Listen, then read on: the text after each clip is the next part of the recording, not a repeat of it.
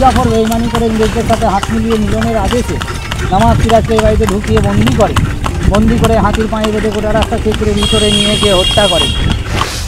এখন যে বাড়িটাতে আপনারা ঢুকছেন এটার নাম হচ্ছে নসিপুরের রাজবাড়ি।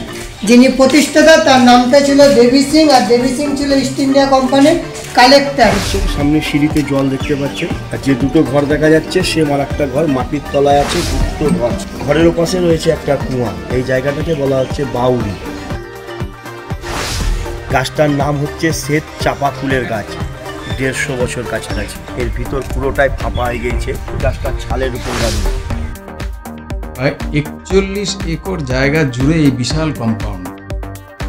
ইতালীয় স্থাপত্যের জীবন্ত নিদর্শন এই প্রাসাদ।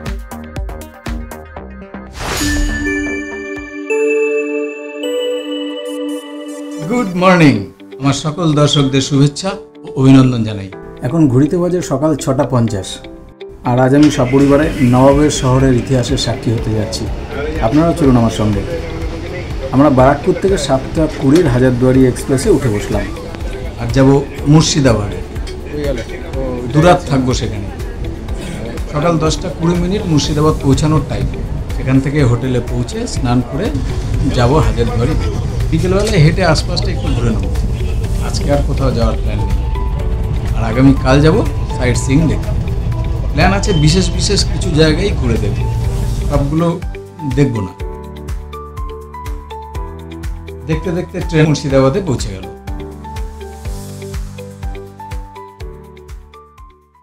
$10 পার হেড করে একটা টোটো নিয়ে আমরা চলে আসলাম আমাদের আস্তানায়, লালবাগ যুব আবাস বা ইউথ হোস্টেলে।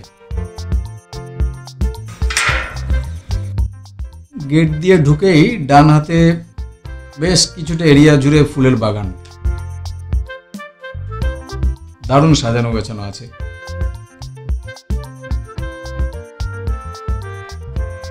ইউথ হোস্টেলটা বিশাল বড়।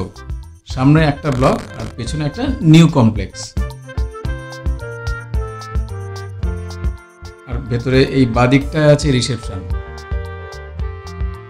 আমরা ফর্মালিটিস পূরণ করে এবার আমাদের রুমে চললাম দোতলাতে।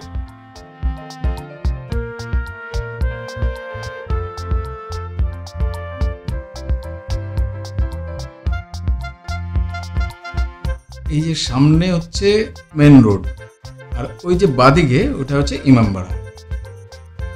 আমরা 3 জনের জন্য একটা 4 বেডেড এসি রুম নিয়েছি। রুমটা মোটামুটি, দুটো ওয়াশরুম আছে, একটাতে ইন্ডিয়ান স্টাইল, একটা হচ্ছে কমোড লাগানো। বাথরুমটা মোটেও ভালো না, তাই জন্য দেখাচ্ছিও না এটাকে।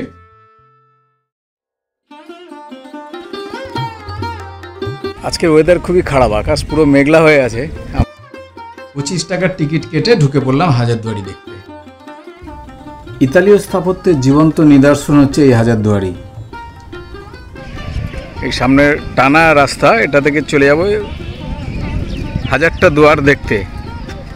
প্রায় 41 একর জায়গা জুড়ে এই বিশাল কম্পাউন্ড। হাজারটা দুয়ার বিশিষ্ট এই প্রাসাদ। বেশ কিছু ফলস দরজাও আছে এখানে। শুনেছি শত্রুদের নাকি বোকা বানানোর জন্য এরকম করা হয়েছে। হাজারদুয়ারির ভেতরে গাইডকে অ্যালাউ করে না। এখানে ছবিও তোলা নিষেধ, তাই ছবিও দিতে পারবো না। 1829 খ্রিস্টাব্দে নবাব হুমায়ুন যা এই প্রাসাদটি তৈরি করে।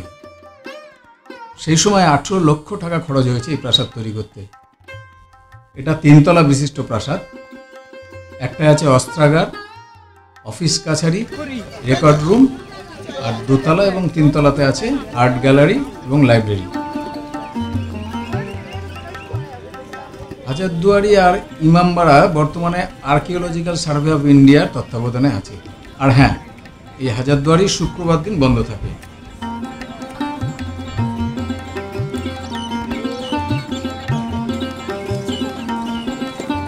ওই যে সাদা টানা স্থাপত্য, ওটা হলো ইমামবাড়া।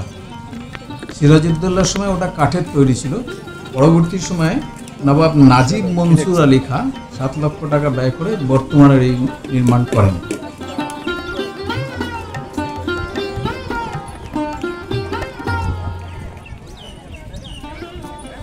এটা হচ্ছে বাচ্চেওয়ালি তোপ।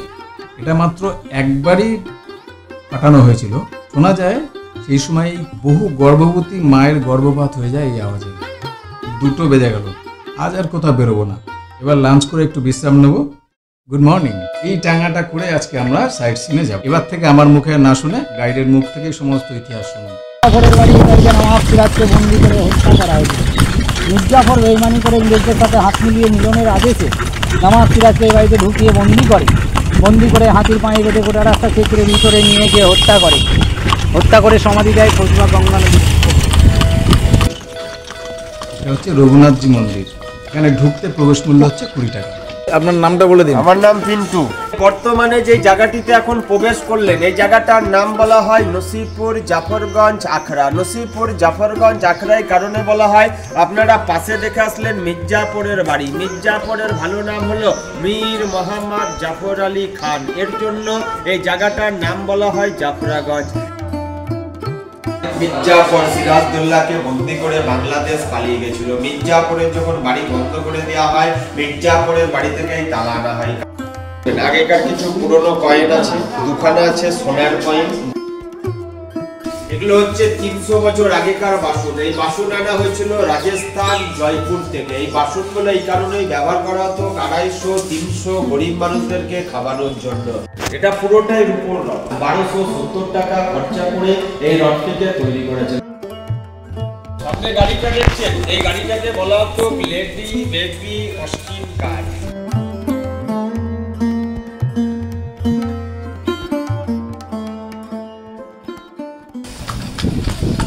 রঘুনাথজি মন্দির দেখে চললাম আমরা রাজবাড়ি দেখতে। কেন 20 টাকা টিকিট নিয়ে। আপনি গাইড? আমি যাবো স্যার। হ্যাঁ, নামটা একটু বলে দিন। আমার নাম হচ্ছে স্যার অসীম ঘোষ। অসীম ঘোষ। কোথায় যাচ্ছি আমরা এখন? এখন যে বাড়িটাতে আপনারা ঢুকছেন এটার নাম হচ্ছে নসিপুরের রাজবাড়ি। যিনি প্রতিষ্ঠাতা তার নামটা ছিল দেবী সিং, আর দেবী সিং ছিল ইস্ট ইন্ডিয়া কোম্পানির কালেক্টর, যে জোর জুলুম করে উনি খাজনা আদায় করতো। সেই জন্য স্যার ইতিহাসে ওকে ডাকাত বা দস্যু বলা হয়। তারই বাড়ি দেখছেন নসিপুর রাজবাড়ি, যেটা চুন সুরকি খয়ের চিটে গুড় দিয়ে তৈরি, মানে লোটাস টেম্পল। সেই সময়কালে বাড়িতে উনি 9 লক্ষ টাকা খরচ করে। এটা হচ্ছে স্যার দেবী সিং এর সেই জাগ্রত ডাকাতকালী মায়ের মন্দির।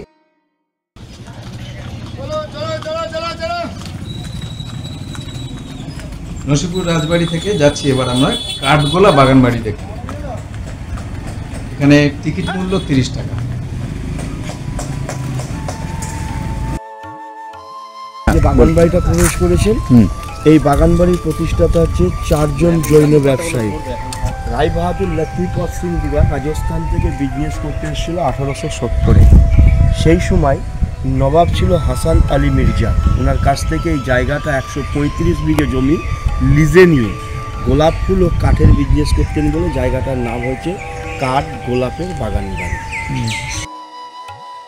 আচ্ছা, এই যে জায়গাটা আপনারা দেখছেন, সামনে সিঁড়িতে জল দেখতে পাচ্ছেন, ওই জলটা কিন্তু একসময় ছিল না, এটা ছিল শুকনো।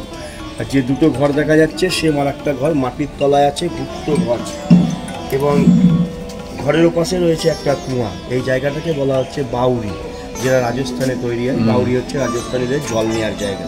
আমি আপনাদের বলেছিলাম এনারা জৈন জীব হত্যা করতেন না। তো এই মাছগুলো মরে যাওয়ার পর সমাধি দিত। এই যে পাশে যে 2টো মাছের মডেল দেখতে পাচ্ছেন, এর নিচেই দেওয়া হয়েছে মাছের সমাধি। এটা ছিল তাদের রান্নাঘর। একসময় এখানে এত লোকজন থাকতেন যে এত বড় রান্নাঘরটার প্রয়োজন ছিল। এখন এটা মালিকদের কোয়ার্টার প্লাস বাগান বাড়ির অফিস। মালিক আসে। গাছটার নাম হচ্ছে শ্বেত চাপা ফুলের গাছ। গাছটার বয়স প্রায় 150 বছর কাছাকাছি। গাছের গুড়িটা মোটা, এর ভিতর পুরোটাই ফাঁপা হয়ে গেছে, কাঠ নেই, গাছটার ছালের উপরে দাঁড়িয়ে। এটা হচ্ছে জৈন মন্দির। জৈন মন্দির, এই মন্দিরটি শ্রী শ্রী আদিনাথজি মন্দির নামে পরিচিত।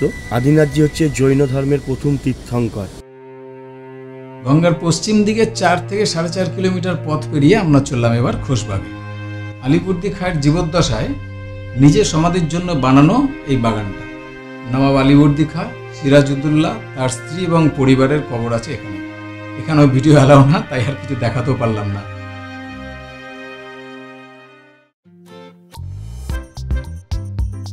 অবশেষে চলে আসলাম মতিঝিল পার্ক দেখতে। এই পার্কের এন্ট্রি ফি হচ্ছে 30 টাকা। আমাদের ইকো পার্কের মতো বিশাল সাজানো গোছানো একটা পার্ক। কোনো এক সময় এই ঝিলে প্রচুর পরিমাণে মতি পাওয়া যেত, তাই এর নাম হচ্ছে মতি ঝিল।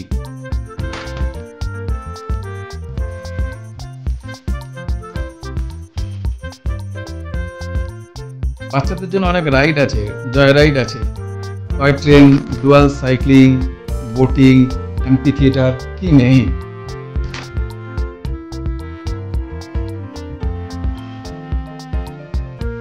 মতিঝিল পার্কের দূরত্ব হাজারদুয়ারি থেকে 4 কিলোমিটার।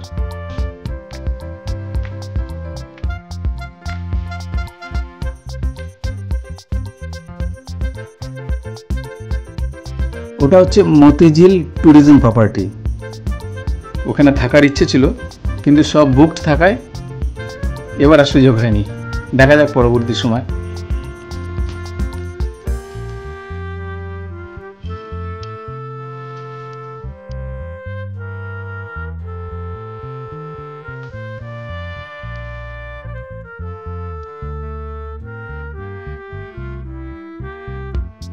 সবশেষে কাটরা মসজিদ দেখে আমরা আমাদের মুর্শিদাবাদ ট্যুর শেষ করব।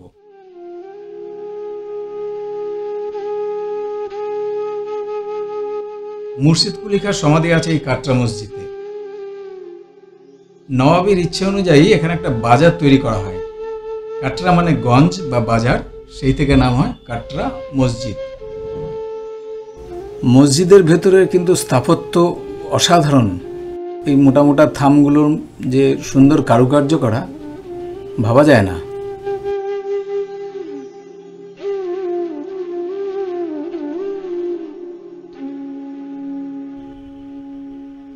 ওই যে প্রকোষ্ঠগুলো, আগে ওখানে বসে কোরআন পাঠ হতো।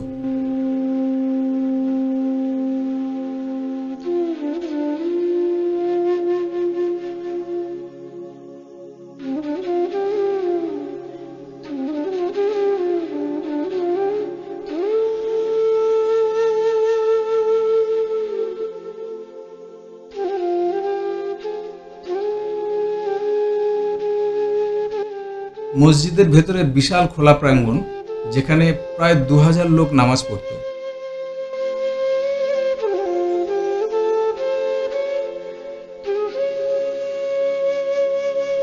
মসজিদের বাউন্ডারির কাছে একটা শিব মন্দিরও আছে। শিবরাত্রির সময় খুব জাঁকজমক করে এখানে পুজো দেওয়া হয়, খুব ভিড়ও হয় এখানে।